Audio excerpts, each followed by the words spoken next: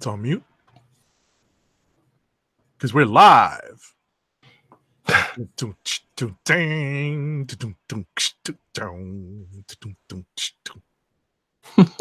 Hello and welcome to the KLIQ Nation's Comic Book Chronicles.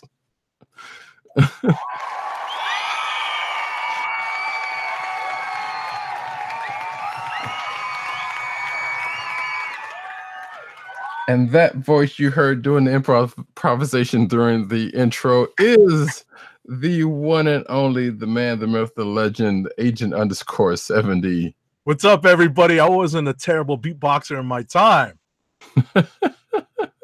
So that next remix, well, you know what? We're coming up on 300 episodes, so we might need a beatbox version of the theme. So we know what we're gonna do. We probably won't do that, but nevertheless, folks, I am your host, Roddy Cats, and I guess I'm hosting tonight.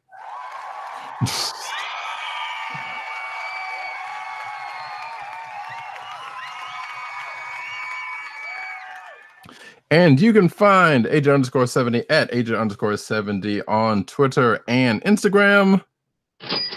You can find myself at RoddyCat on Twitter, at News Nerds Need on Twitter. You can find me at CB Caps on Instagram. You can go to the News Nerds Need Reddit also. You can find our absentee hosts. One PCN_Dirt on Twitter, which even though he said he wasn't going to be, but nevertheless, he's still out there. Pop Culture Net on Twitter, popculturenetwork.com, ineedcomics.com, new comics, new toy smell, .com. And whatever the Vine equivalent will be coming this spring, because I guess that's something. Also not with us tonight, Tim DOGG98 on Twitter, CB Cron on Twitter, The KLIQ Nation on Twitter. That's DKLIQ and thekliqnation.com. Plus, you can go find him over on Comic Book Resources, writing his face off. Go check out his stuff there. You can check out this here show on the CSPN network. That's the Cold Slither Podcast Network, CSPN.us. Do it today. Exactly. You can also find us on Google Play, Apple iTunes, Spotify, and the Cold Slither Podcast Network's SoundCloud page. And last but not least, which I'm hoping this link is working, shop.cspn.us, where you can go there and go get some merch from this here podcast or other podcasts. If not, you can go to cspn.us. And with that, ladies and art germs, we are going to start with the comic books of the week. Yay! Starting off with Doctor Strange number 10 / number 400. Yes, sir. That's right, the 400th issue of Doctor Strange, which I could have sworn there was probably more than that, but now that I think about it, there hasn't been, in the long run, been that many Doctor Strange ongoings. Right. I think the ongoings had fairly decent sized runs, but we're not talking about some of the longer lasting runs in comic book history. So it seems like it's a low number, but in reality, it's probably right there, right where it is. Well, definitely the first run was probably the longest run, and then everything after that, because there hasn't really been that many. And, there's been a couple of minis here and there, right, from the Good Doctor. But what do we think about this one? This was a jam-packed issue. I had a lot of fun reading this because it definitely involved different aspects of the character's history. The primary story was interesting because it brings back the Ancient One, who we last saw at the end of the previous issue, weakened, and now we understand why. Right. And apparently, which is the ongoing message from this and the last volume is that magic has a price. Right. And apparently in this issue, we found out that not only it has a price, but apparently there are bean counters, right? Yes. Literal bean counters. Yeah, I was about to say, because I said in my notes IRS, but technically they're more, like you said, bean counters, accountant types, and they even say so in the course of the issue. Right. So, and I'm thinking to myself, where were these people when magic was getting destroyed in the last volume? Honestly, that's an excellent question. That's definitely something that would be like a no prize question. Yeah, in the letter section. I'm wondering if that won't come up because I kind of wonder. Because I was about to say, because I kind of wonder, because obviously, that was Aaron's run on the deal, and his take was, was that science was science versus magic, basically. And in this case, Wade is like, Right, but then if you think about it, when magic and sources of magic were being destroyed, wouldn't it just be addressed by the accountants as a low point in revenue or a low point in their accounting numbers? You would think it really wouldn't. It really doesn't affect them how much magic there is. Actually, it would though, because if you think about it, if they're charged with, because even in the course of this issue, they're basically just like, well, we got people trying to, trying to get the money back. Yeah, trying to get collection back from what is owed to them. So if there is no magic, you would think to be like, well, and these people can't get quote unquote paid. So you would think that was something like that would have come up. Well, I was about to say we don't know yet if it won't, because that's true. We are really in the early stages of being introduced to. This has been teased for the better part of 2 runs. Although I think Wade's run is expanding upon what Aaron had established as the cost of magic. But here we are, literally in the office of the accountants, and they're looking to collect everything that Doctor Strange owes to some of the bigger forces of magic in the universe that he has used and abused for decades at this point. Right. Right. But he did. Now they did. Wait, I'm trying to remember if they did actually call. Yeah, because he did. Well, he calls back to the first issue of this volume and saying that he was the one, that they were the ones who took away his magic because of the fact that he was behind. He was using a lot of it and not paying what he owed. So in that, and I want to say there might have been a throwaway line in there going back to. Actually, it wasn't. It was basically going back to the first issue, but it wasn't so much going back to Aaron's run. But still, you can kind of allude to the fact that it plays in, I guess. I mean, if you want to go that far, sure. But regardless, that was the main story, and that's going, as Agent 70 said, that's an ongoing thing. Then we get a couple of I guess we during the course of that. Yeah, I was about to say, before we move on, hold on to your thought. Before we move on from the primary story, Jesus Saiz' art. Oh my goodness, it continues to impress. Yes, indeed. You are right about that.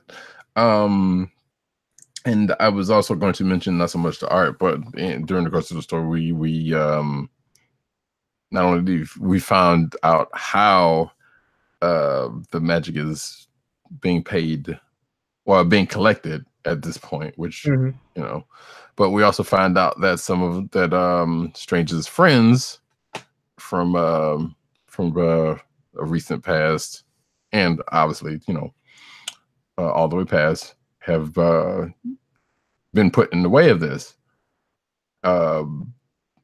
Also not missing, which I guess maybe there's probably a reason for it, is Clea. But again, during the course of the story, who knows that she may come up next, especially who we found out comes into play at the end of this, at the end of that story. But it was good to see, like Wong and kind of and Zelma back for a brief moment. Sure, because they'd only just recently kind of left the book, so Right. it's not, it's not too surprising that they would be the ones primarily reintroduced in this issue. Mm-hmm. And I guess the one last thing I was going to say was like there was a weird the last page of the story was kind of reminiscent of Damnation, weirdly enough. Mm. It was like, wait, we back here again, except for it's all over the place to a Right. point. So, all right. And you were saying you were going to mention something else? yeah. So I was going to mention that we got just real quickly. Oh yeah, and there was a creature made of Cinnabons, but I thought that was interesting. But yeah, so we get like 3 backstories, from Strange's past. One of which was kind of I guess seemed right for an anti-bullying. Those one of those anti-bullying issues that they used to do. Sure. That it probably could have gone well there, which I wouldn't be surprised if it wasn't one that should have been there but didn't make the cut at the time. Mm-hmm. And then the other couple of them is, well, actually, I think the one other one of note was the one from the early days of Doctor Strange when he was just starting with the ancient one. So apparently, we find out that, and spoiler alert for this, I guess that. Really? Spoiler alert! It is, but it isn't. But so because Stephen was being such a dick. That's what caused Mordo to go full evil, to finally show his evil colors, apparently, which I thought was a kind of amusing. I'm like, okay, that's one way to spin that. I'm like, well, okay, this, yeah, that's a bit of a retcon. I got a kick out of the Ancient One's final instruction or first instruction to Doctor Strange as his apprentice. Make me a better breakfast. Yeah. I was like, yeah. And he was like, all right, cool, bet. Excuse me. That was hysterical. Yeah, I thought that was pretty neat also. So yeah, but yeah, so that was Doctor Strange 10/400. It was I enjoyed it. Oh, by the way, I really like that nightmare story. Oh yeah. That's as I dubbed it, Nightmare's Nightmare, which makes sense. Like what would Nightmare be thinking of when he sleeps, which is never, exactly, which is supposedly never. So, right. I thought it took me a second to kind of to think about whether or not that's actually part of the character. I didn't have a chance to look it up. Right. But it makes perfect sense. Yeah.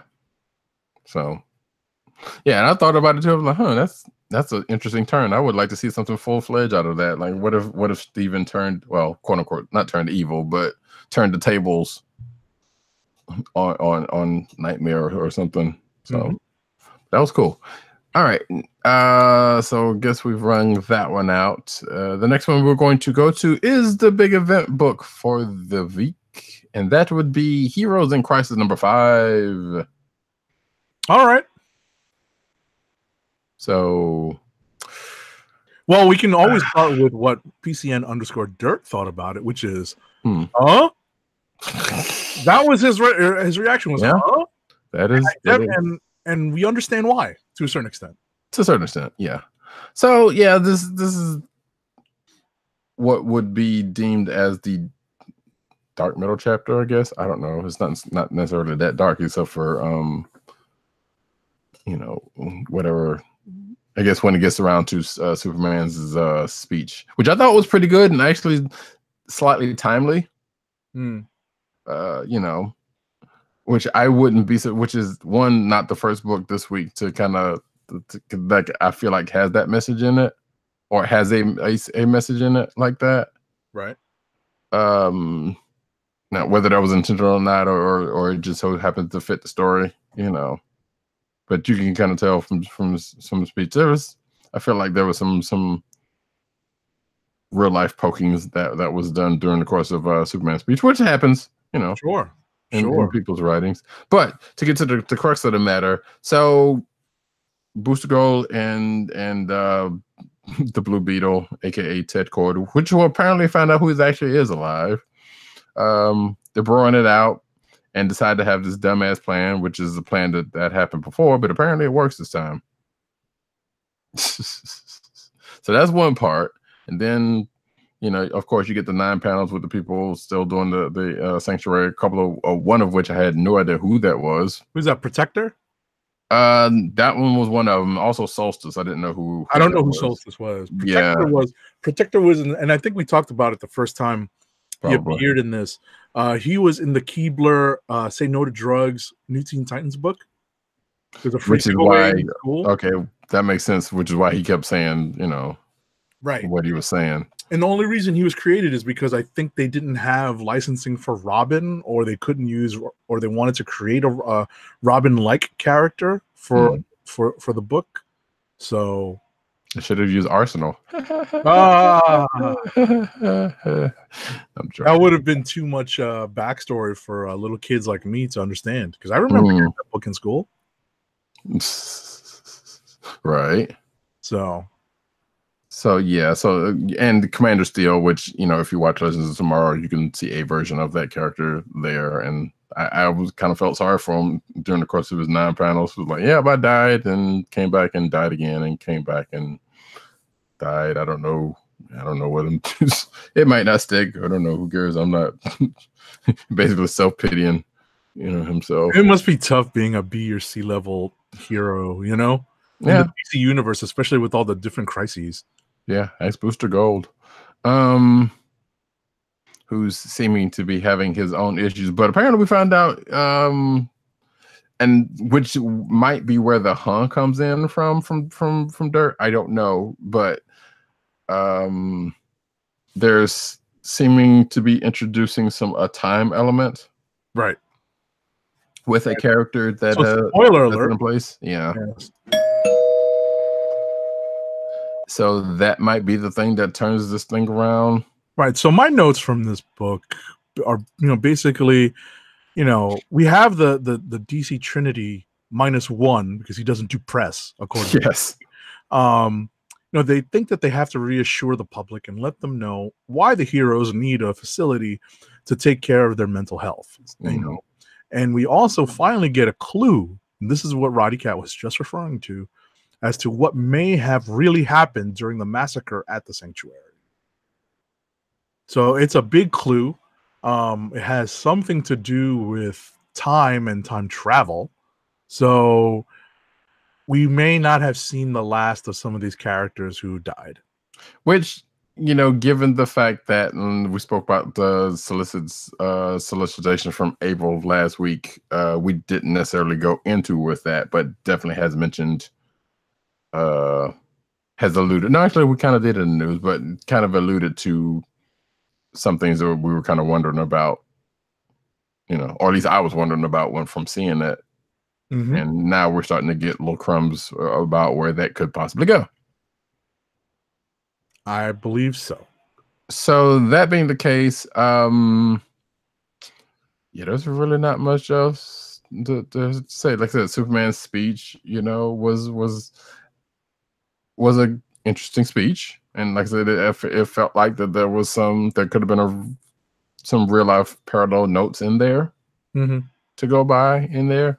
So during that part, when the speech was going on, so we kept seeing, as I said, look what looks to be pages from other people's comics, which could be in a couple of cases, because it did, because you saw Mr. Terrific and seemingly in although he was being beset by swords, so I don't know what's going on in Terrific. That looked like ninjas. Yeah, he's definitely exactly confronted by ninjas. So I was like, I don't know if something like that is going on in Terrifics, which actually came out this week, but I haven't read. In fact, I haven't read any. I need to catch it up. Anyway, and a few other panels with other heroes, or a couple of which I have no idea who they were, because there was the one where there was the woman with the sword that was like they was about to face down a dragon near a castle. I think that's supposed to be. It doesn't look like Wonder Woman, but that's Wonder Woman's spiel. She's the one speaking. Was she? Yeah. She's the one speaking because she's behind the podium next to Superman. Well, yeah, but I thought Superman was the only one giving the speech. So they switch. My understanding is that they basically switch places because you got to look at the speech patterns. Huh. Okay.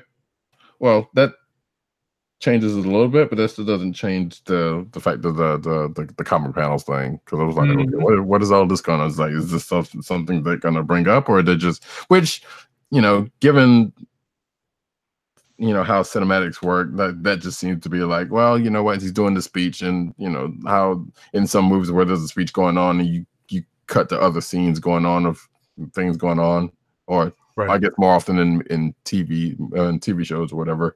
You might be right, but it might be Superman reading that as well, because it doesn't look like they ever change places. Right, because and I think the only other times, like when Diana puts her hand on her shoulder, like I don't remember her saying anything. And usually when they do something like that, they would have like colored the text box or something to kind of distinguish. So it didn't seem like they did any of that in this case. But who knows? We don't know. But yeah, overall, it's still going. It's Oh yeah, there was a Superman's friends message reference from Superman during the course of that speech. What I was like, all right, that was nice. That was a nice touch. Just had to throw that in there. But I think that's it. Outside of Booster Gold's dumb. But apparently he's he may or may not be exonerated from his contribution to what happened. He may be right. He may be ultimately exonerated from what he's accused of because everyone thinks he's one of the two primary suspects. And the other one who is about to bash his head in before this revelation of his. So anyway, we will move on now to, let's see, oh, you didn't read the Exiles. No, is it the last issue? It is the last issue. Go ahead and spoil. I'm just going to read it in bulk, probably. Okay, so I won't spoil it too much. Basically, it wraps up. So yeah, so what I'm talking about is Exiles number 12.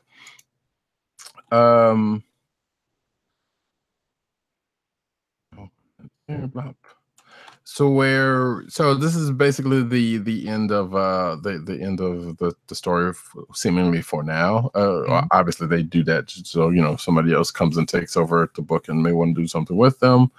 The Unseen was being held captive by some rogue watchers. I have in my notes, and I quote, the Unseen is being held by rogue watchers who fear change. It's as if they wish to gate the progress of others. Some sort of gators. Huh. I don't know.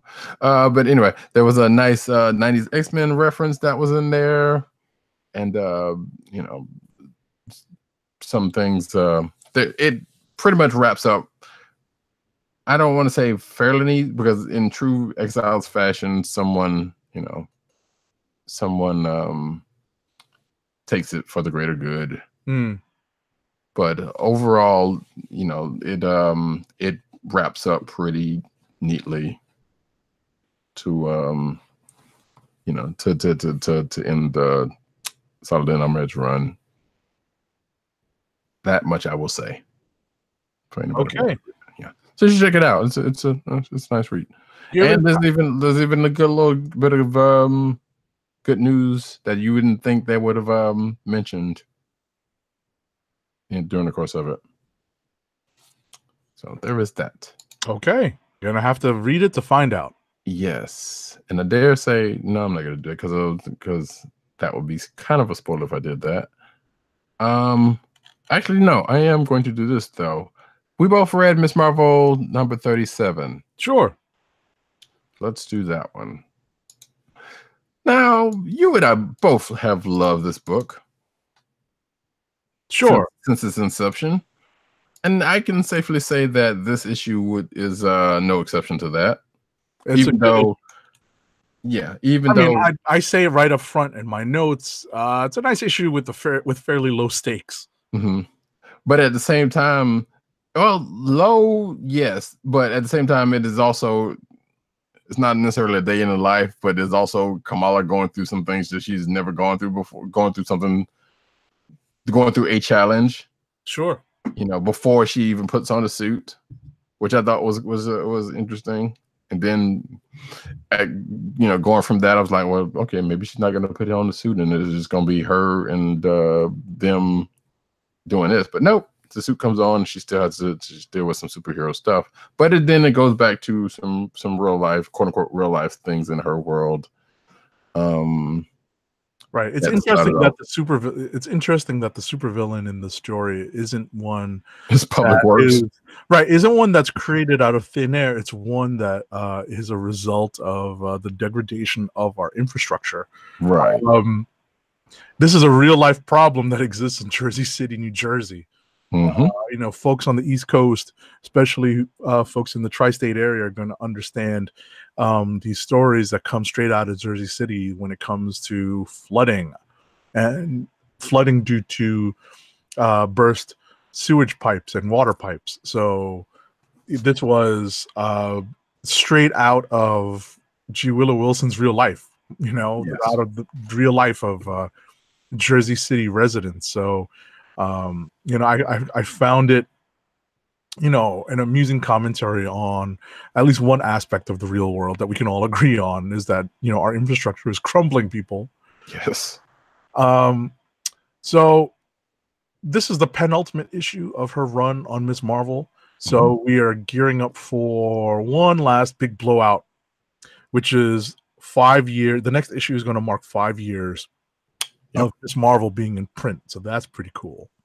Absolutely. And as you said, the end of G. Willow Wilson's run then, which I said if it had gone out on this issue, I wouldn't have been too mad about it. But at the same time, this issue story just makes me realize how much I'm going to miss her on here. Sure.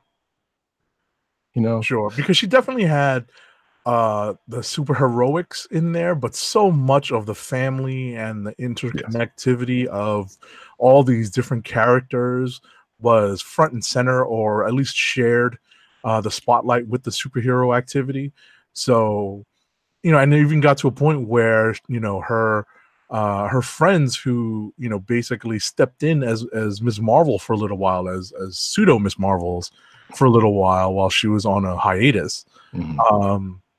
You know, even they got some shine in the spotlight. So it's been a great balance, and I hope that Saladin Ahmed doesn't change that aspect of the book, where the supporting cast plays just as much of a role in the book as Kamala Khan's superheroics do. Right. Yeah, I agree with you on that one. And apparently, what we see at the end of this book, they're yeah. And I don't know. I kind of wondered if Saladin Ahmed had anything to do with what we see on the last page of that book. I mean, of this issue. Without giving anything away, we found out there may be another super-powered person in Kamala's family, basically. I got a kick out of that. Which given what happens during the course of this book with that character, I kind of wondered already. And I don't know, that may or may not be in the you know, but that they might not have cemented that or not, because there was one page in the book where that kind of started all this with the flood, and this character ends up in a predicament for a while, for a minute, and ends up well away from where he started from, you know. And I was like, wow, the kid traveled. But anyway, I know what you mean. I wasn't 100% sure how that actually played out. So, because this is like, wait, I'm like, baby, they're not that light, and that's not. But yeah. Anyway, Well, regardless, it pushed the story along. So, but yeah, and it definitely there was a community sense going on here, during the course of the story. And like you said, a lot of Kamala's supporting characters got a little shine under it. So I enjoyed it for all of that. Just to see all of the people kind of come back. Well, most of the people, because I think there was one person who didn't come back, who didn't show up, but that person's in another country. Who's that? Red Dagger. Oh, yeah. I was about to say, I'm like, we saw Bruno, so No, no. Everybody else was there. It's just that there's, he's off with the champions. Right. Wait, is Red Dagger with the champions? Isn't he on that new roster, that expanded roster? No. In that new champions #1, wasn't he in there? I don't remember seeing him on there. Now you're gonna look, but yeah, I'm pretty sure he was there. Pretty sure he was there. I'll take your word for it. I'm not gonna look into this. Take too much time. Right. But in any event, all right. What's next? Are we done with the books that we read? I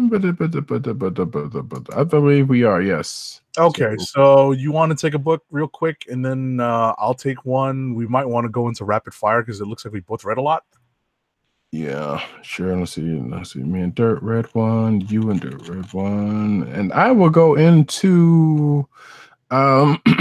Excuse me. Teen Titans Annual #1. Okay. Pardon me. Excuse me. So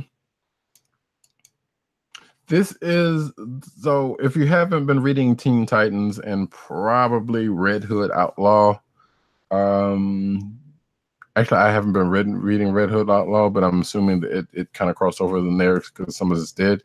Damien's been working with Red Hood to try to find out some information about the other, and also Damien is well, that doesn't come out in this, but he also has a secret jail, but none of that comes out. But basically, during the course of this, he thinks that the Red Hood portrayed him, which partially was the reason for the last issue of Teen Titans, them going to the Batcave, which I think I talked about last week, probably. Okay. But because Damien went to go get something, which plays a small part in this. So you have a standoff between, or you have it's not a standoff, but basically Damien and Jason have a big fight, which weirdly enough, spoiler alert, Damien loses.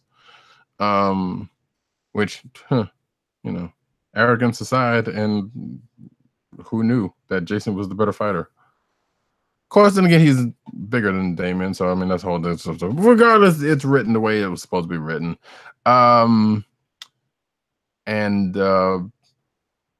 yeah, like I said, Damien thinks that the Red Hood that Jason's portrayed him. He goes after him and doesn't really go the way he planned, and that pretty much ends that because the other is still out there doing whatever the other does, and we still don't know who that is, but we get sort of a hint of that during the last page of that story. Okay. And then we got like two backups, one dealing with the rest of the team, dealing with a person. If you looked at it, he looks strangely like an X-Men villain, and I've already said it in my notes, so it's not like I'm spoiling it. Similarly themed, actually. He's an orange-haired dude named Joystick. He looks like Arcade's kid. And apparently he has the ability to control people's minds if they touch them, or control people if they touch them. So the team ends up thinking, this is going to be easy win. Turns out not to be, because this Joystick person ends up taking control of arguably their most powerful person, and that ends up being a thing that happens. There's a Fortnite reference, which is the second one in the second issue, because there was one in the last issue. So apparently the person writing this book must really like Fortnite, or likes timely references. I don't know. And also a secret comes out during the course of that back of the story that's probably going to play into the next episode or the next issue of the book, dealing with a possible love triangle between these teen heroes. And also, boop. Okay. Yeah. Oh, yeah. And this joystick person seems to have a certain privilege, or seems to think he has a certain privilege. So that's something that could possibly be. I don't know. Anyway, but it was an interesting story.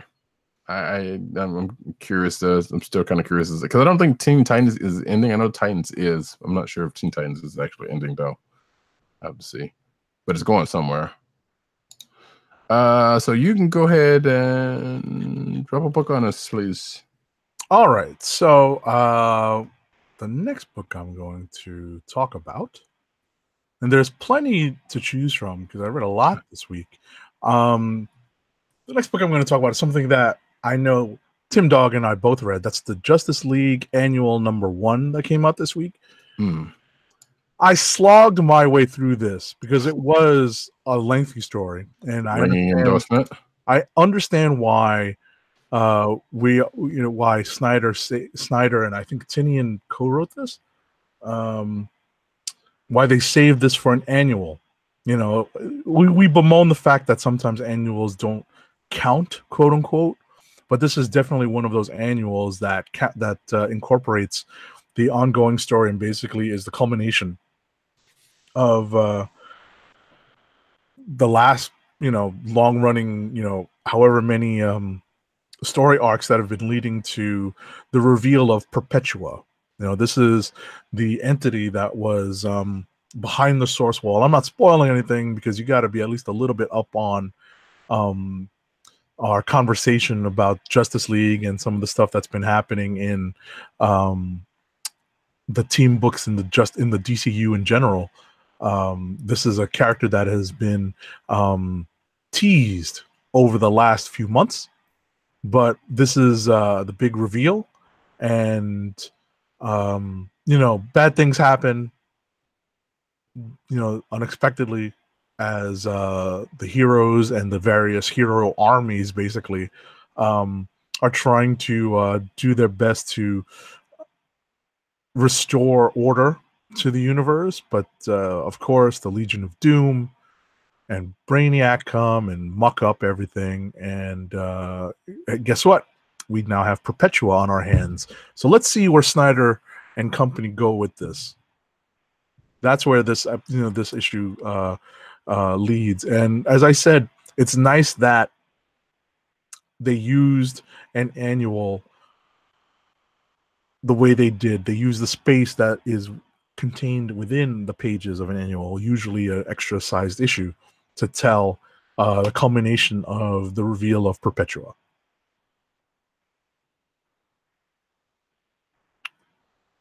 So that's that. Alrighty then. Yeah, I haven't been keeping up with Justice League, so I don't know. So next up for myself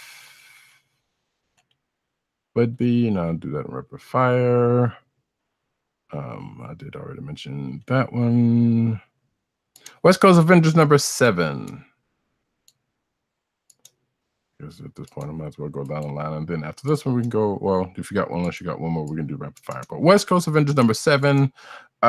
So the team, short and sweetly, ends up getting out of their predicaments thanks to the help of one Novar, aka Marvel Boy, who just so happens to be there under the guise of Graviton for some reason, because I guess he's on a mission of his own that he's going to ask the team to get involved with. Folks, they made a reference. I'm just gonna end it all by saying that, like I said, they get it out of this, and Novar being there, being Kate Bishop's ex, is one little wrinkle that happens during the course of this. But folks, they made a reference to a highly addictive, very damnable song that is going around as of late. One that I remember seeing got 5 million views. I won't tell you. I won't sing it for you. There will probably be a caption of it on CB Caps in the near future. But of the song that has to do with an aquatic animal of the infancy-sized. Oh yeah, sure. And they make a reference to it here. Do do do do do do.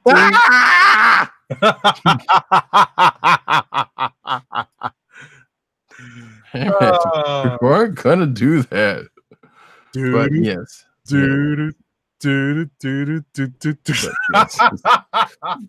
But yes, they make a reference to that song, folks.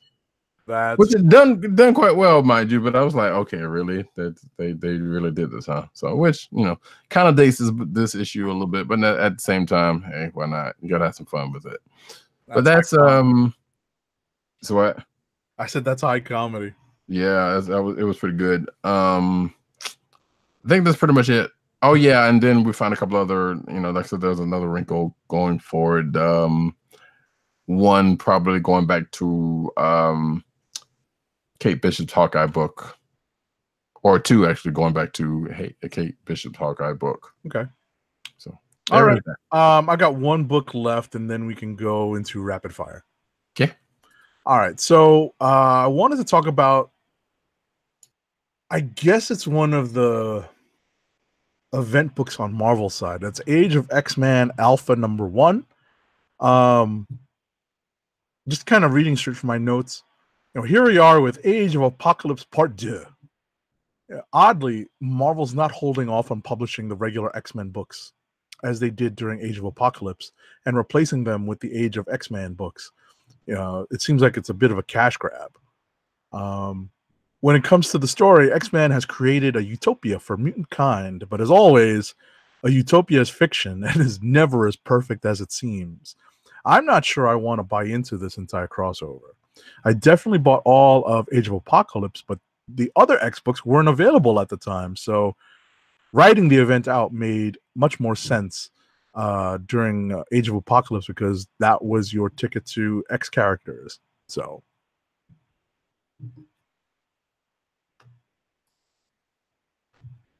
all right. Okay. And if we're going into rapid fire, I'm going to spin up the minigun this week. The Vulcan is in the shop for repairs, so here we go. Oh, wait, you wanted to do something else at length? Oh, never mind. No. Here we go.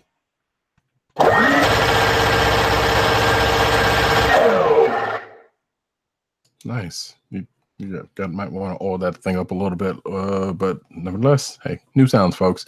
So yeah, rapid fire. We're going to go into, and this might play off well with what you just did because I'm going to do X-Force #2.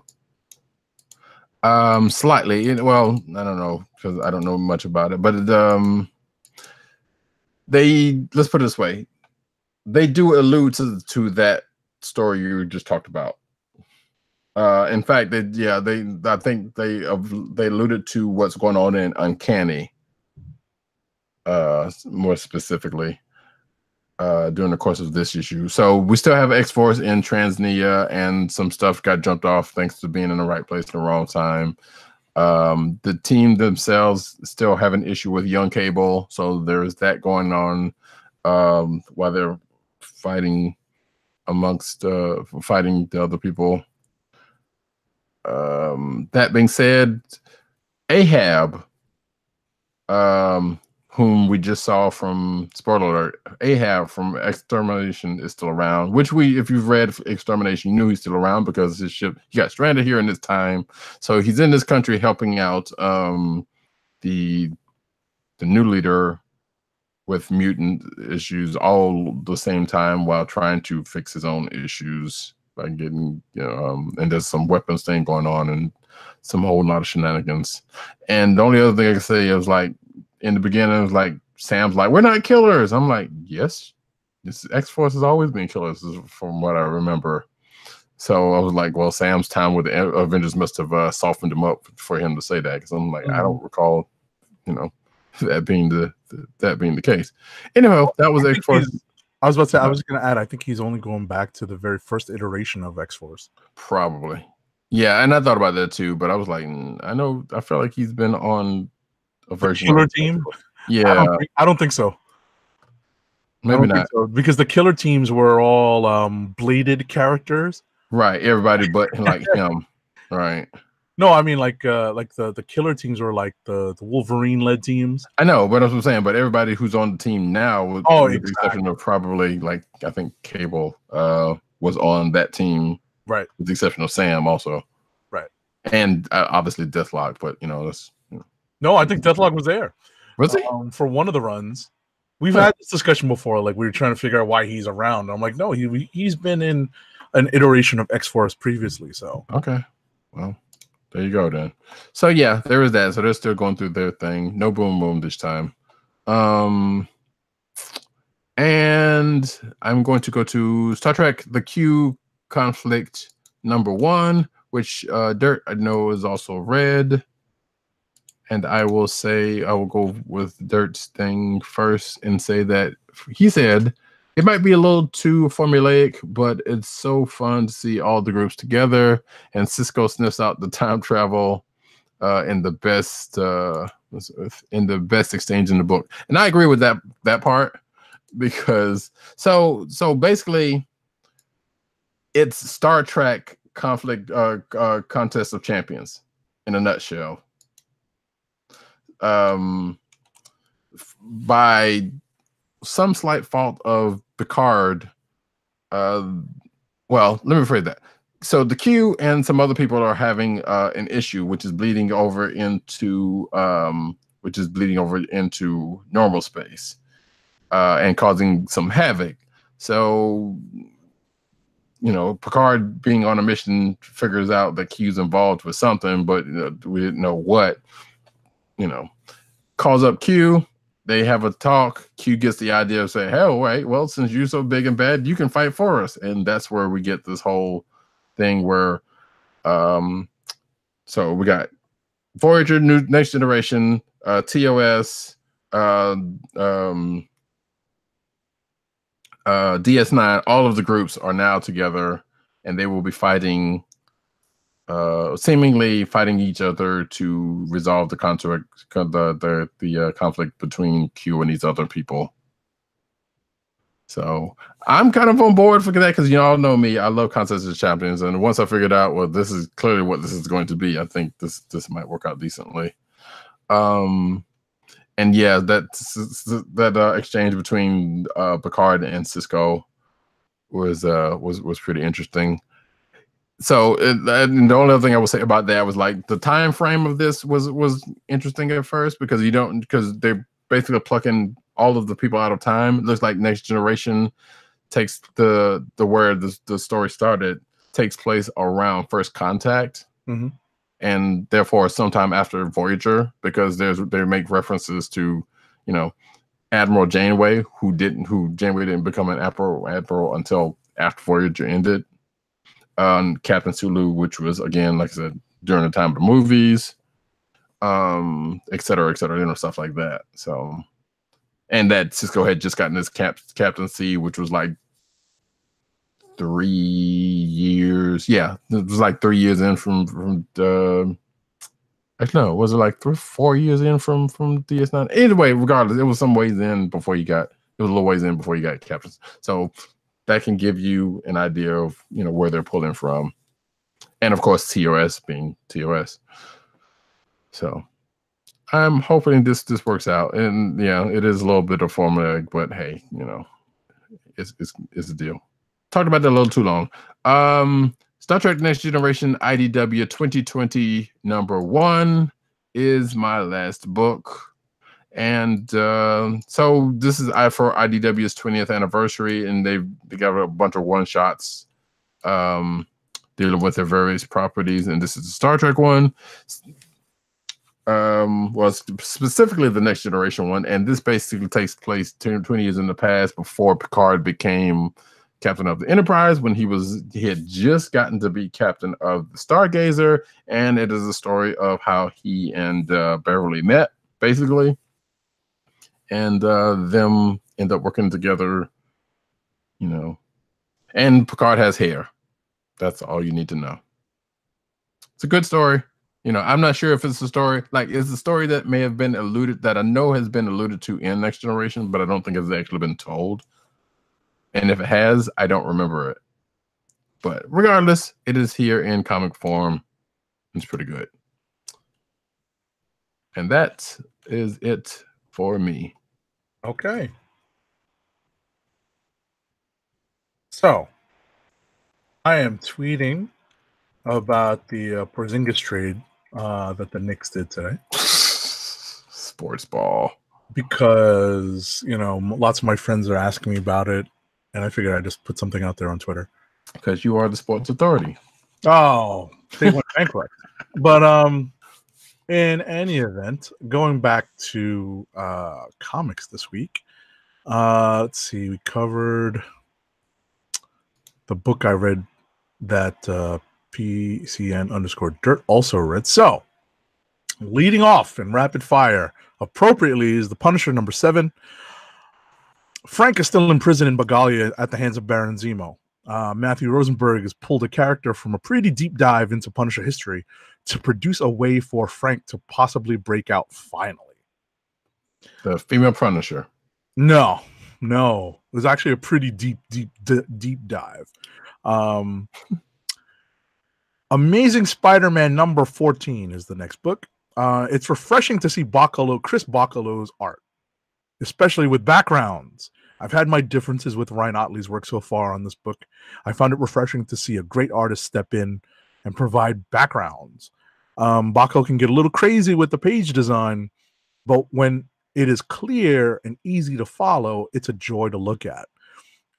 The story is building up to Kraven's storyline, and it's picking up a lot of steam. We also get some crossover between Amazing and Friendly Neighborhood this week with more information regarding Aunt May's situation. The issue ends on a good cliffhanger. Oh, so that's where they put that. Okay. Some more of it. Not all of it, but some more of it. Huh. Interesting. Okay. So there's a little bit more of a deeper context for what Aunt May's current situation is. Sure. Captain America #7. I like that Ta-Nehisi Coates is breathing new life into the Brubaker run by forcing us to recall so much of what happened then and putting a spin on those characters and what is happening to Steve Rogers in this story. The only thing that broke my concentration was the owl using gat as slang for a gun. I'm pretty sure the owl has been around way too long to use that as slang. Or does the Marvel sliding timeline make the owl a product of the 90s, making his use of the term gat all the more plausible? Get the gat, get him away from his house. He mentions it. So, in any event. There's news about this, but Detective Comics?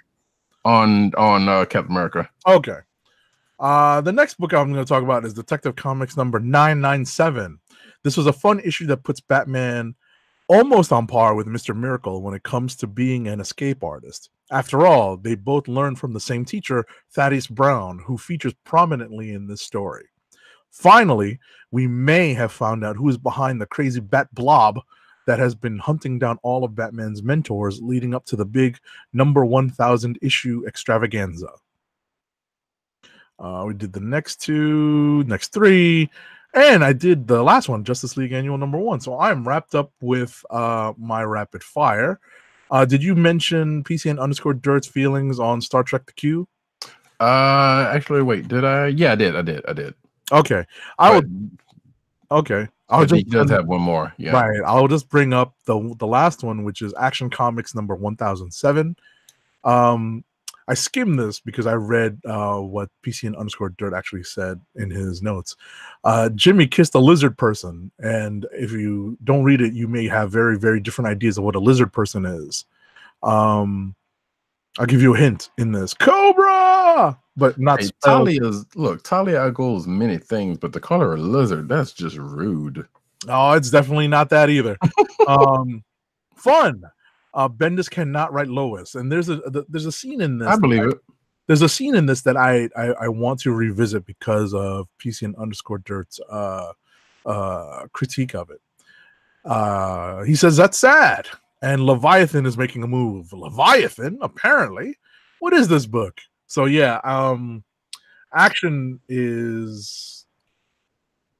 I'm not 100% sure what to make of it at this point. Well, but I like Steve Epting's art. Right. I was about to say, actually, I can believe that but I would have to see what I'm curious as to why he thinks that Bendis can't write Lois, but I'm not that curious enough to really find out. Right. But at the same time, never mind. So yeah, but I think it has to deal with the particular interaction with General Lane. So that's I'm wondering if maybe that's not. I think that's the interaction that he's referring to, but it comes off very awkwardly. So that's why I understand where he's coming from when it comes to this. But I'd have to read the rest of the books to get a firmer grasp on this particular criticism. Right, because let's face it, there are some things Bendis cannot write, even though he does try, and it doesn't well. But at the same time, I don't know. So anyway, that is that, and yeah, there's some news about Action Comics in the news later on. So we'll all right. So are we headed for clicks of the week? Of the week.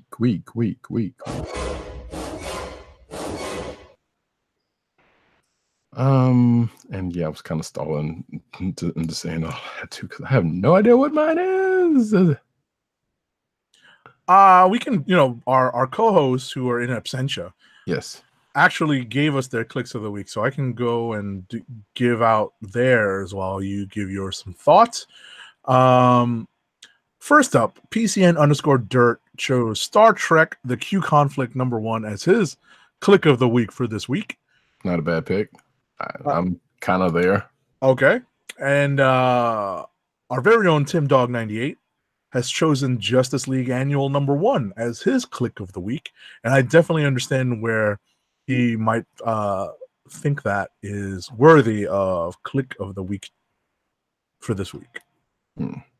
So, as for myself, I am going to choose, and oftentimes, ladies and gentlemen, I default to what I had the most fun reading.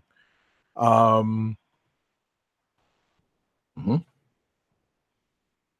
think I'm going to go with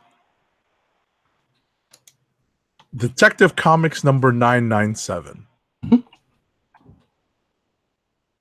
Because it was a pretty entertaining read. Doug Mahnke is doing a bang-up job on art, and it was pretty fun to read a story about Batman doing an escape artist routine.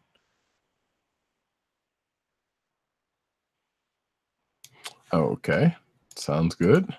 I think I actually may have landed on this one's kind of tough because that Miss Marvel was a good one. West Coast Avengers could have had it except for that one reference. No, I'm just kidding. Actually, I'm not kidding that much. Stop it. But I think I am going to give it to Star Trek: The Next Generation IDW 2020 #1. Okay. Yes. Like I said, whether that story had been actually brought up in full in Next Generation or not, which I'm almost certain it hasn't, it was a good one. And Q Conflict was definitely good this week also, but I don't know. Gotcha. All right. So we're going to move along to our first ad read of the night. Our first ad read of the night is for Blue Apron's meal delivery service. Blue Apron, fresh ingredients and incredible recipes delivered weekly to your door. Skip the grocery store and make incredible meals at home with Blue Apron, always shipped free right to your home. And now the listeners of the Comic Book Chronicles can get $30 off your first Blue Apron order. To place your first order with $30 off and to help keep our show free for you, go to our network website at cspn.us. That's cspn.us. Then click on the Keep Our Podcasts free link at the top of the page. From there, scroll down to the Blue Apron link and sign up for your first order. Blue Apron through cspn.us. Do it today. And now we go into the news with cinematics.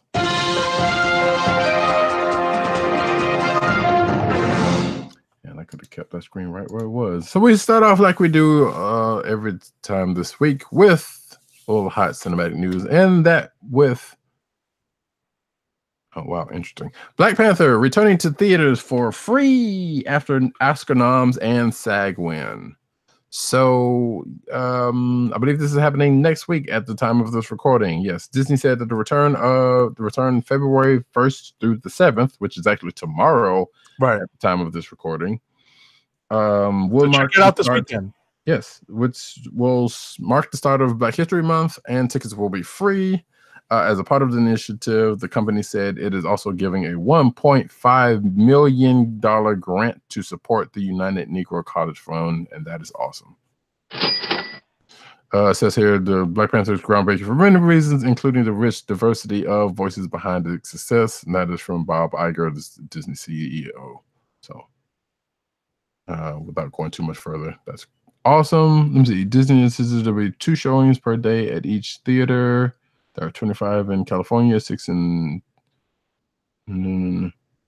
Oh, okay. So it's basically first come, first serve. Looks like so, which makes sense. And after all, the tickets were scooped up. A waiting list for cancellations will open, and details are on a particular site. So, hey, if you haven't seen it by now, then there's your chance to see it for free during next week. If you don't already have it on DVD also or on Netflix. I was about to say, I mean, I think the majority of us already have. Yeah. But hey, the theater experiences is still worth going to, No doubt. Next up. Next story is Blockers is Geraldine Viswanathan wants to play the MCU's Ms. Marvel. So after a social media campaign to get her cast as the MCU's Ms. Marvel, aka Kamala Khan, apparently this actress is open to the idea. Which, sure, judging by this picture we have on, if you're watching the video, you can see. Sure, I can see it. I admittedly, I have had a more considerably controversial pick, which I will not say, for a Miss Marvel. But hey, really? Mm-hmm. If I told you the name, you would definitely know why. Even if you knew the person, you would know why it was controversial. That being said, we're gonna move along, huh? Next up, yes. Birds of Prey, who's who in the teaser trailer, in the teaser for the DC movie. So there was a teaser for the ridiculously long named Birds of Prey movie that has already started filming. So, and this article lists who basically shows up in that said trailer, and I'm kind of scrolling through it if you're watching the video. So I'm not going to go through all of that. Next up, in relatively big news, the Batman is going to come to theaters in summer 2021, and Ben Affleck is passing the torch to the next generation of Bruce Wayne. So Matt Reeves is still attached as writer and director, but Ben Affleck is not going to be returning. Which has been a big back and forth also on that front, and also where this is going to be placed. It sounds like there may be may or may not be more of a noir tone to this movie. They don't even have a title yet, but 2021 is a far ways away. It's still a length of time away. Right. So next up. From one bat to the other, Batwoman casts 3 major characters. 3! According to Deadline, Megan Tandy of Jane by Design and Teen Wolf fame, Cameron Johnson from Luke Cage, I don't know who that is, and Nicole Kang from You have all boarded the forthcoming Arrowverse series in lead roles. They will play Sophie Moore, Luke Fox, okay, and Mary Hamilton, respectively. Okay. Yeah. Next up. Alrighty, next up, there's a new look at Krypton's Lobo So, actor Emmett J. Scanlon has provided fans another look at himself, decked out as the alien bounty hunter Lobo, as the build-up towards his debut in season 2 of Syfy's Krypton continues. Yes, and you can see the picture, pale face picture of him here. Okay. Yeah.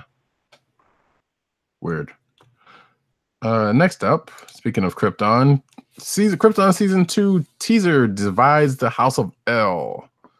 I haven't been keeping up with that show, so I have no idea what's going on. But I guess this is where the house becomes divided and Game of Thrones happens, if it hasn't already. Which, from what I understand, the show kind of already has. But okay, I don't know. Alrighty, next up, spoiler alert. DC comic book Easter eggs may tease a future Flash storyline. So the Flash television show may have just dropped the. Oh wait, the Flash book, is that what it is? This is the show. The show. Oh, okay. So the Flash show may have just dropped a major hint about its upcoming storylines. In the latest episode entitled Memorabilia, Barry and Iris toured the Flash Museum when they visited their daughter Nora's subconscious. So they walk past 2 real-life Flash comics while they're in there, which may tease pieces of the show's future. Yes. I'm not going to go into it because it's a lot of spoilerific stuff. Yeah, but and if you're not up on Flash, it's not even going to make any difference to you. Right. And I'm going to skip past this, what you see on the thing, and say that Teen Titans Donna Troy actor in full Wonder Girl costume. Okay. And here we go. There you go. There she is. Slightly looking like old girl from Two Broke Girls. Minus the acid. Let me stop. Oh no. Connor Leslie's Donna Troy in action with her lasso and explain how she left her Amazon life and her superhero career. I have not caught up on Titans, so yeah. I'm gonna try. Oh yes, because now you have DC Universe. Yes, indeed, ladies and gentlemen. Just to interrupt the news section for just a quick second, I have been chosen to I guess review the service, so I've got access now to DC Universe, so that is pretty cool. Yeah, that's probably the thing I should have been doing while I've had this thing, but which was the initial point, which we kind of talked about it, but we kind of did some things. But yeah, there's still some things to go into it with. Also worth noting that Reign of the Superman is now out on DC Universe. Mm-hmm. So if you haven't gone to the theater or bought the digital or the Blu-ray of it, you can see it there. That's the plan. Yeah, I know. I still need to watch Death of, because I didn't watch it because I was like, wait a minute, just in case it was leading up from the other stuff like that's been going on. Right. But anyway, next up, Rucka and Southwest Stumptown is getting an ABC TV pilot. So writer Greg Rucka and artist Matthew Southworth's creator-owned Oni Press title Stumptown is being adapted for television with a pilot in development at ABC, according to The Hollywood Reporter. Yes, cool. Another comic book to TV show, and that's a whole nother conversation right there. Sure. And speaking of comics to TV shows, Invincibles, Robert Kirkman's animated series lands Mark Hamill, Stephen Yeun, and more. And looks like one Zazie Beetz is the and more they're speaking of, partially. So apparently Invincible is going to be on the TV screens as, I guess, what is it? Yeah, voice cast, so it's going to be animated. So as animated, Amazon Studios original series, Mark Hamill, Stephen Yeun, Seth Rogen, Sandra Oh, J.K. Simmons, Zazie Beetz, as aforementioned, Jillian Jacobs, Andrew Ramos, and a bunch of other people. Katara is going to be on there, great. A bunch of other people, notable and less known that I know of anyway, are going to be on that show. It's going to arrive in 2020. Alrighty. And last up in cinematic news for this week, a live-action Hot Wheels movie is now in development at Warner Brothers. So a live-action Hot Wheels movie is in development, according to Variety. Will it be Fast and or Furious, or will it be Gone in 60 Seconds? You be the Oh no! My question is, why? Which again goes back to the aforementioned conversation about Wild, and this is not even comics really. Well, there have been Hot Wheels comics or related comics, but why? I don't know. It's going too far, folks. That's all I can say. But all right, so we're gonna transition over to comic book news. We are definitely so. Okay.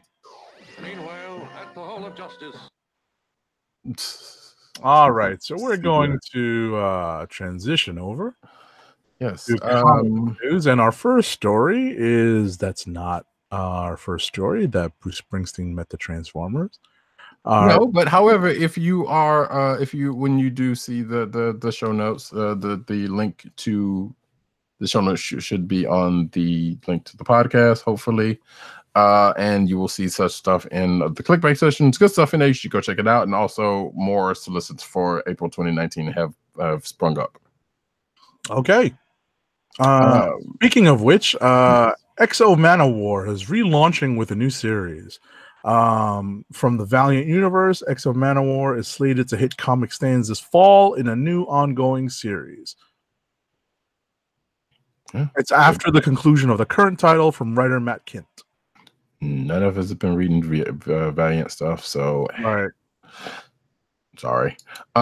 Speaking of DC Universe comic book library doubles in size. Finally, folks, we have we have noted. Not some of it could be themed as a complaint that the comic book library of DC Universe has been middling at best, if not on the smallish end. As we have said, they didn't even have. They had like one issue of event book. You don't do that. But now they have done well. Now they have filled it up, and in the next few weeks they will be doubling the size of their comic book outcroppings. And they actually have filled in the rest of the, or at least the two event books that I was interested in catching up on. They have actually filled those out. So, yay. Gotcha. Alrighty, next up. Saladin Ahmed dips his toes into the DCU with Bizarro. So yes, that is from this week's Mysteries of Love in Space #1 that came out, and none of us have read it this week. I was going to check it out, but didn't have a chance to. But apparently, he's doing a Bizarro story in that anthology. So this could be some speculation that maybe he's getting some work over DC, possibly more work over DC. We'll see. We'll see. Next up. First look at speaking of G. Willow, first look at G. Willow Wilson's second arc of Wonder Woman. Out today or out this week. Out this week, that's correct. So yeah, this story goes basically talks a little bit about the first arc, and I believe it goes into an interview with. No, it does not. It just basically talks about some stuff in the second arc, which we won't give away because I'm behind in that book. Okay. But yes, right. I hear good things about her run. You're gonna have to catch up on it. Yeah.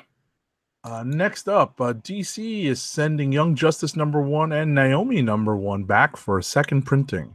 Yes, so these are books off of the new DC imprint Wonder Comics. So it looks like they want to get more copies of these two #1 issues back on the stand for to meet, demand. Yes. So I know we talked about Young Justice #1 when it came out a couple of weeks ago. You were not on the show. I don't know if you had a chance to read it yet, or were you even interested in reading it? Actually, I may have picked it up. I don't believe I finished it. Okay, so And the reason why I mentioned it outside of this story is because while we talked about it, there were some questions that we had, because I think I had at the time I had read it, and Dirt, who had not read it at the time, was curious to whether he was going to pick up. I don't know if he's read it yet or not, but there were some questions about continuity, and apparently what's come out after the fact was that this is in continuity. Okay. Which brings the questions up even more that I had, and we both had while we were talking about it. I would say spoilers because it's a couple of weeks old book, but yeah, the Robin in this book is of a question as to how and why and what. But nevertheless, we will probably talk about it again when Young Justice #2 comes back up. So next up, right? Okay. Oh wait, before we go to the next one, I did want to bring this up. I didn't put it in the thing, but I don't know if you know the store. Iconic New York comic book store St. Mark's is going out of business. Yes, sadly. We don't normally cover a whole lot of this stuff. Normally that's Bleeding Cool who does a whole lot of that. But apparently I've seen this one on Twitter come up in a few different places. No, it hit some of the mainstream sites as well. Right. Also hit social media and is also the talk of the local comic book shops on Wednesday this week. So you know much about that shop? Yes, I've frequented it before. I don't, I wasn't a pull list or anything like that, but St. Mark's is always one of those. Growing up, before I committed to a pull list, if something was sold out at a shop that I normally frequented, I might scour like certain stores in the city, and St. Mark's is one of them. Gotcha. Understood. No, well, sorry, sad to see your store going on, but there's definitely been plenty of those going around lately. Right. It's always sad when it happens. Right. It sucks because they actually had a good amount of longevity. They've been in business for the better part of 35 years. So they were their comic book boom. Right. And they survived the speculator boom of the early 90s.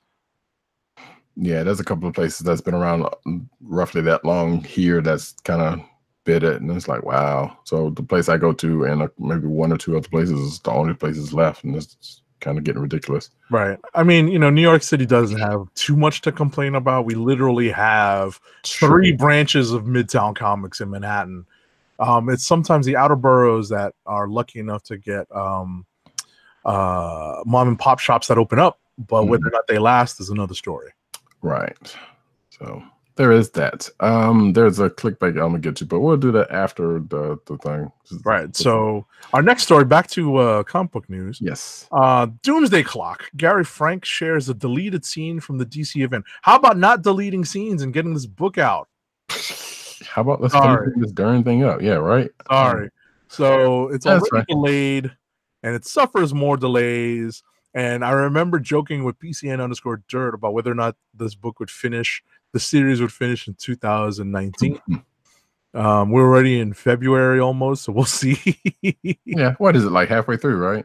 It's a little bit more. I think there's like 4 issues left, I think. I don't know. So it's a 12 issue, so 9, 10, 11, 12 is what's left. Sure. So apparently there's an unused scene from the upcoming issue number 9, and Gary Frank tweeted this out to his followers.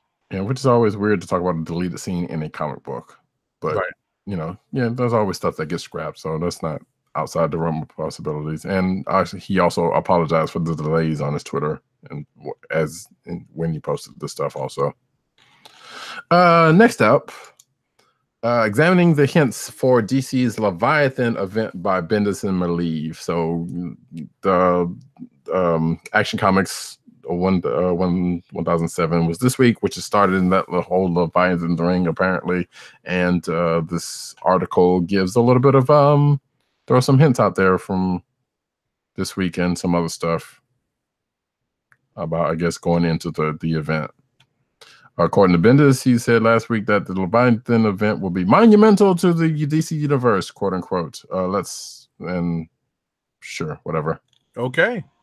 Next up, Even DC is getting in on those Shaggy memes. So Now, this isn't bear in mind, ladies and gentlemen, that this does not involve Shaggy or any no, not that Shaggy. modern or any modern reggae style music. We are instead referring to Hey Scoob, that Hey Scoob. yeah, that particular Shaggy. Yes, which I'm not sure when. I know I've seen some of the memes in the last week or so, and I don't know when or why that started.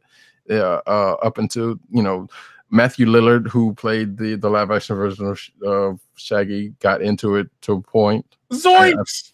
I think he was like, "Really, stop doing this," or something like that. He said, "I don't know if it was in relation to the memes or something, but I've seen some of the memes, and it's like, where did this come from and why?" But anyway, like it says, DC got into the act by saying, by tweeting out from their DC Kids Twitter.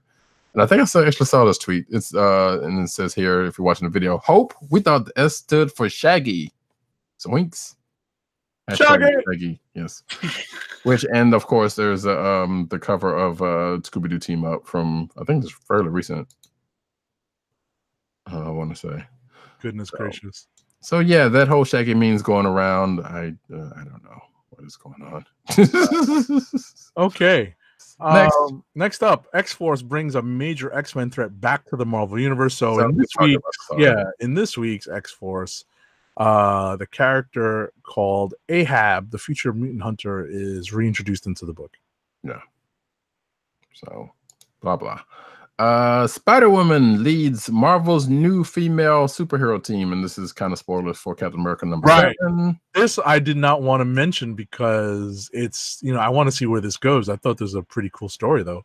Yeah, but I will say that what is called the Daughters of Liberty, I believe is what it's called. Right. And I wanted to ask about, because this mentions a certain death of a certain person, whom I think I brought up in the recent Hulk book as being questioned. Mm-hmm. And I kind of want to ask you about it, but it may be too. No, you've got it. That's exactly on the nose. There's not much to it. Okay. It's a framing. That's really all it is. So I mean, you're talking about literal. It sounds like a literal framing. Right. It is a framing. So it's a frame job. So gotcha. We will see where this goes. Okay. But is the character actually? We don't know. Oh, okay. Like you said, given that this character has appearances across the MU, it's hard to know whether or not this is real. Right, because I think he also shows up in Avengers. Right. So, anywho, okay. That's the thing. Peter David's response to Bill Mayer's I don't care. Comic book insults is perfect. So yeah, Bill Maher's been out there flapping his gums again because it's low hanging fruit, and people will go back at him about it. Which, you know what? Don't give him any kind of. Don't feed the trolls, people. Thank you. Yes, don't give him any kind of. She'll shut up. That's the reason why he keeps going after comic book folks. But anyway, Peter David weighed in on it. And it says here, Bill Maher has informed us both on Twitter and again last night that comic books are for kids, and that fans of them are basically stunted individuals who are unable to accept adulthood. So let's talk about fans. Fans love to argue. They are particularly big on arguing who their heroes can defeat, and periodically they gather in large crowds, sometimes numbering of 50,000.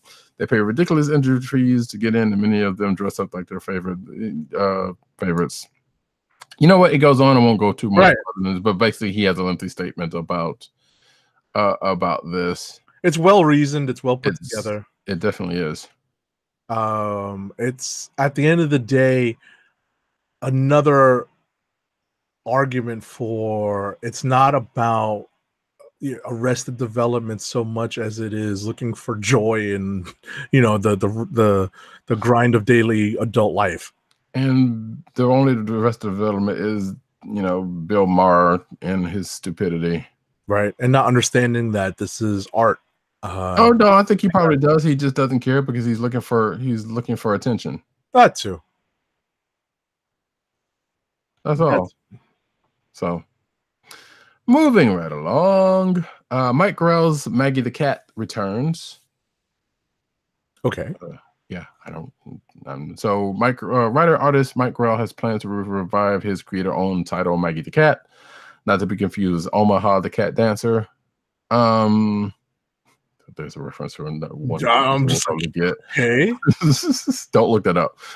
And finish the storyline that has been on hiatus for 23 years, according to 13th Dimension.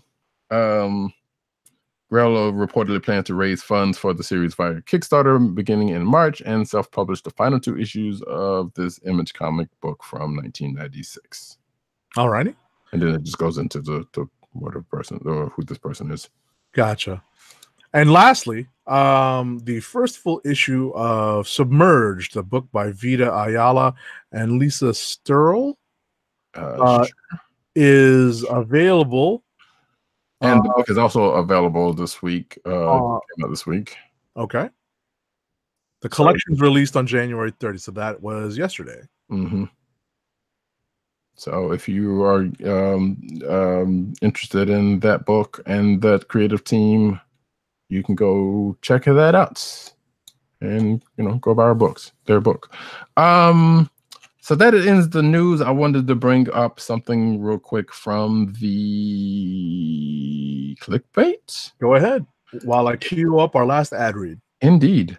So people around the corner or around the country in certain places, most notably, I guess up your way, I don't know. But there's a cold snap, folks.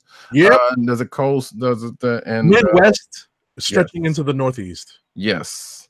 And it's cold around the country, mind you, but it's colder. It is apparently what we found out from like PC and _dirt and a couple other people. It's really cold, like it's beyond brick, below zero. Yes. Right. If you thought it was colder than beyond brick, that is what it is. Exactly. Yes, brick would be the term, definitely. So, Newsarama in their I guess infinite wisdom brought up a story about remembering comic books' most infamous snowstorm, which is an issue of Alpha Flight, where Snowbird, not to be confused with Snowguard, who probably has a similar power set, fights the snowstorm as a bear. Let that wash over you for a little bit. Oh, I remember this. This was like the she was fighting like an elder, basically one of the great beasts. Yeah, that's one of the great beasts, and things didn't go quite that well in doing so. I was about to say those great beasts were pretty powerful, if I recall. Like this was not something to sneeze at. Right. According to this, during his fight with Snowboard, Kalamak, who's the great beast, decides to get nasty and summons up a massive blizzard, blinding Snowbird and forcing her to use her shape-shifting powers to take form of a white bear, which some of us would call a polar bear. Mm-hmm. Yeah. And it says here, if you're following along, you've realized now that Alpha Flight number 6's big climax is a scene where a white bear fighting in a snowstorm, and that is exactly what John Byrne drew. So you can go seek that out if you wish to. It's from what I remember, it's pretty funny because there's not much to each page. Right. I vaguely remember this. Because it is pretty much the most, some would say, sparse art that you could possibly do, but at the same time, outside of lettering and whatnot. And actually, if you're watching the video, you can see the pages, some of the pages. It's quite amusing. Like, what are we going to put this? I don't know. It's in the storm. We don't have to put anything. But anyway, that's comics, folks. Yeah, stay warm out there, people. There's still maybe another day of the harsh cold, although I think the harshest has already passed, but it's still pretty cold out. Our last ad read for the night is for Amazon. Help keep our podcast free by shopping at Amazon. Visit cspn.us, then click the Keep Our Podcast Free link at the top of the page. From there, scroll down and click on the Amazon link to shop. Purchase items from Amazon as you normally would, whether it's books, music, electronics, jewelry, apparel, toys, etc. For every purchase made on Amazon through our link, Amazon sends the CSPN a payment that helps us keep the Comic Book Chronicles free for our listeners at no extra cost to you. Amazon.com through CSPN.us. Do it today. And as we wrap up this here show, I will also say, hey, go look at the clickbait section again, because you could also see, speaking of John Byrne, take people through a tour of his studio, which, you know, would delight some people who get into that kind of stuff. It's actually kind of neat to see people's studios, so I'm not gonna. Sure. That being said, folks, this is the end of this here episode 299, folks. We have done 299 of these episodes, which means the next one is 300, and we have nothing planned. That is a sad state of affairs, folks. Maybe something will happen, maybe not. Maybe we'll get the crew back together. I don't know. We shall see. You know, Stay but tuned.